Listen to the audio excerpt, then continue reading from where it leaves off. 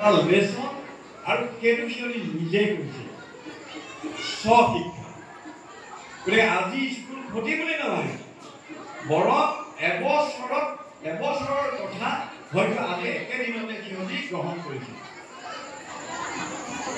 আজি যিকেইগৰাকী শিক্ষক শিক্ষয়িত্ৰীয়ে আজি ইয়াত প্ৰদৰ্শন কৰা এই শেহতীয়াকৈ ধৰক জ্যোতিপ্ৰসাদ, বিষ্ণুৰাভা, পাৰ্বতী প্ৰসাদৰ গীতৰ সেই লিৰিক্সবিলাক লৈ আনি পেলাই সেই লিৰিক্সৰ কনচেপ্টটো তেওঁলোকে গ্ৰহণ কৰি তাক দুটা মাধ্যমত তেওঁলোকে উপস্থাপন কৰি দিলে, এক নাটকীয় ভংগীত আৰু এটা নৃত্য।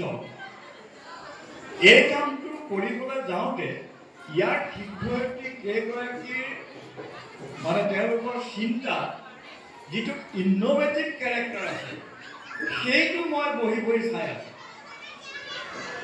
তেওঁলোকে ইয়াৰ এটা অভিনৱত্ব দেখুৱাইছে, সেইটোকে কয় ক্ৰিয়েটিভিটি।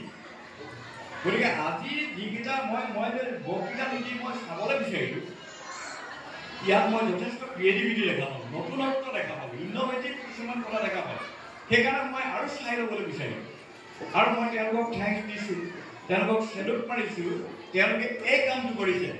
নতুন ৰাষ্ট্ৰীয় শিক্ষানীতিয়ে যিটো বস্তু বিচাৰি আছে যে মূল্যবোধৰ শিক্ষা হওক, ছাত্ৰ ছাত্ৰীসকলক সৃজনীশীল কৰি সৃষ্টিশীল কৰি গঢ়ি তোলা হওক, আৰু তাৰেই এক্সাৰচাইজ মই দেখিলোঁ আজি ইয়াত।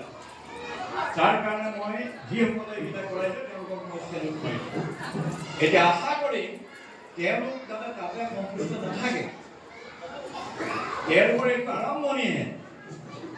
হাজাৰ হাজাৰ লিৰিক্স আছে, তেওঁলোকে হিন্দী, ইংৰাজী, অসমীয়া তিনিওটা লিৰিক্স